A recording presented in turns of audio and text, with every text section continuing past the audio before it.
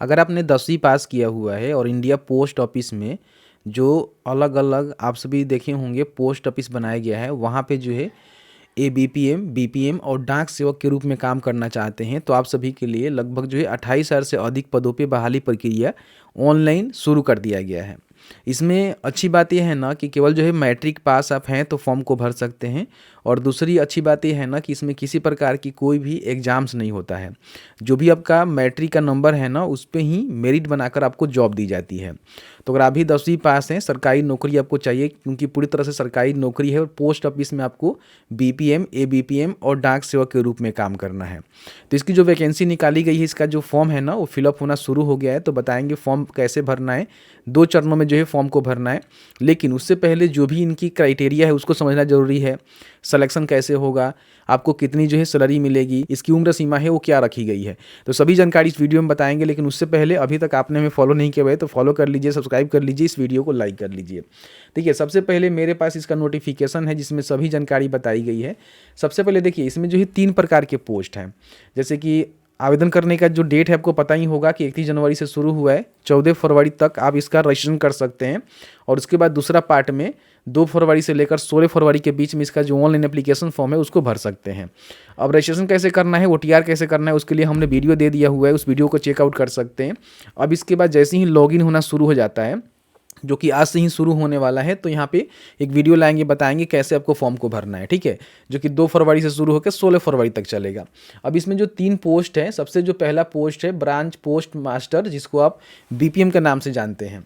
तो देखिए, day to day जो भी पोस्टल ऑपरेशन होगा उसको यहाँ पे ब्रांच पोस्ट ऑफिस में आपको देखना होगा। जैसे कि पेमेंट बैंक का हो गया, ठीक है, जो भी डिपार्टमेंटल किसी प्रकार की कोई टाइम टू टाइम आपको प्रेस्क्राइब की जाती है वो आपको देखना होगा।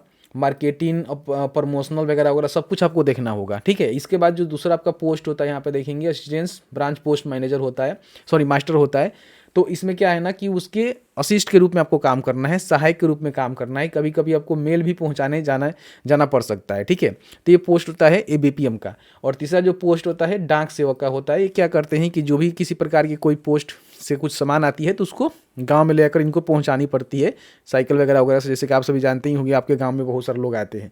तो 3 प्रकार के पोस्ट है। तो अगर आप मान लीजिए यहाँ पे फॉर्म को भरना चाहते हैं तो अच्छा है, फॉर्म भर सकते हैं। बाकी इसमें जो बीपीएम का सैलरी रहेगा 12,000 से लेकर 29,380 रुपया पर मंथ आपको सैलरी देखने को मिलेगा, देख रहे हैं ना। और जो ये बीपीएम डाक सेवक है उनका 10,000 से लेकर जो है 24,470 रुपया पर मंथ यहाँ पे सैलरी देखने को मिलेगा, जो कि अच्छा खासा सैलरी है। और इसमें बहुत सारे जो है फायदे होते हैं, टीएडीए होता है, बेनिफिट होता है जो आपको जोड़ के मिलता है। तो एक अच्छा वैकेंसी से अगर आप यहाँ पे अप्लाई करना चाहते हैं तो आपके लिए अच्छा अपडेट है, अप्लाई करिएगा। बाकी इसमें देखिए बताया गया है कि जो एज लिमिट है, इसको लेकर जो ये काफ़ी सारे लोग यहाँ पे कन्फ्यूजन में पड़े हुए थे कि एज लिमिट क्या होनी चाहिए। तो 18 से लेकर 40 वर्ष के बीच में आपका उम्र है तो फॉर्म को भरेंगे। हालांकि जो एसी एसटी हैं, ओबीसी हैं, उनका छूट उनको मिल जाता है। एसी एसटी को 5 साल, ओबीसी को 3 साल, तो कहीं ना कहीं अपर एज में छूट ले सकते हैं, रिजर्व कैटेगरी से आते हैं तो। ठीक है, बाकी इसमें एजुकेशनल क्वालिफिकेशन की रिगार्डिंग बात करें तो केवल आप मैट्रिक पास हैं मैथमेटिक्स और इंग्लिश के साथ तो फॉर्म को भर सकते हैं। दूसरा क्या है ना कि जो 10वीं में आपका स्टैंडर्ड है ना वो लोकल लैंग्वेज होनी चाहिए जहाँ के लिए आप फॉर्म को भर रहे हैं। जैसे कि मान लीजिए आप बिहार के लिए फॉर्म भर रहे हैं तो बिहार में ज़्यादातर जो है हिंदी बोल जाती है, तो हिंदी आपको आनी चाहिए। और आपका जो हिंदी है ना 10वीं में होनी चाहिए, 10वीं के कोई ना कोई सब्जेक्ट में होनी चाहिए, 10वीं में हिंदी, तो आप यहाँ पे कहीं ना कहीं अप्लाई कर सकते हैं। तो ये सारी चीज़ें हैं। बाकी इनका जो भी सिलेक्शन प्रोसीजर है पूरी तरह से मेरिट बेस्ड होता है। इसमें कंप्यूटर का नॉलेज है, साइकिल चलाने का नॉलेज है, गांव में काम करने का नॉलेज है तो बेहतर रहेगा। अदर क्वालिफिकेशन में ये मांगे जाते हैं।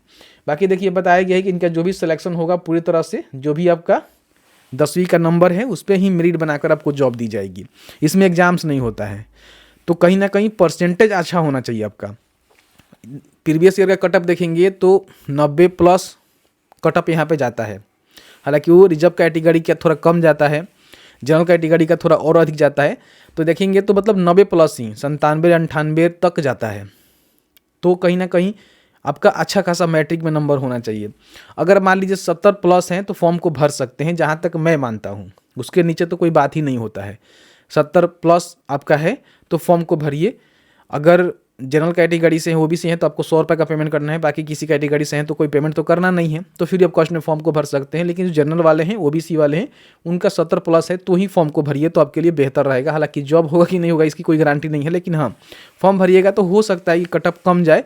इस बार सरकार जो है नियम लगाई हुई है कि जो फर्जी अभ्यर्थी है ना, वो फॉर्म को ना भरें, ठीक है। क्योंकि बहुत सारे फर्जी अभ्यर्थी भी फॉर्म को भरते हैं, जो कि 100% डाल देते हैं। जो मान लीजिए उतना नंबर अच्छा लाया हुआ है, जीडीएस का काम करने थोड़े जाएगा, ये सब फर्जी वाले लोग होते हैं, ठीक है। तो ऐसे में ध्यान रखिएगा कि आपको जो है 70+ है तो फॉर्म को भरिए, आपके लिए बेहतर रहेगा, ठीक है, मेरे हिसाब से। बाकी आपका 60% भी है तो फॉर्म को भर सकते हैं।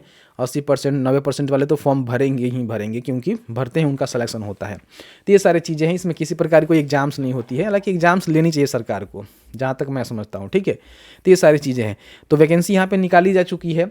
अप्लाई करना है तो यहाँ पे shikshabindu.com सर्च करेंगे तो आपके सामने वाला जो है वेबसाइट देखने को मिलेगा, ओपन कर लेंगे।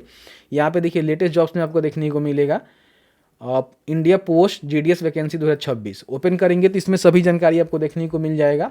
28,635 पदों पे भर्ती निकाली गई है। बाकी 100 रुपया जनरल ओबीसी ईडब्ल्यूएस को देना है, बाकी किसी को कोई पेमेंट नहीं करना है। इसमें देखेंगे तो अप्लाई करने का लिंक मिलेगा, इस पर क्लिक करके बड़ी आसानी से यहाँ से अप्लाई कर सकते हैं। नोटिफिकेशन यहाँ से डाउनलोड कर सकते हैं। देखिए यहाँ से लॉगिन करने का बटन आ भी गया। अब इसके बाद हम वीडियो लेकर आएंगे कैसे जो है लॉगिन करके स्टेप बाय स्टेप आपको फॉर्म को भरना है। थोड़ा सा वेट करिए, जो आपको यूजर आईडी पासवर्ड मिला हुआ है ना, उसको यहाँ पे लॉगिन करके जो है फॉर्म को भर सकते हैं। तो मैंने रजिस्ट्रेशन का OTR का आपको वीडियो दे दिया हुआ है।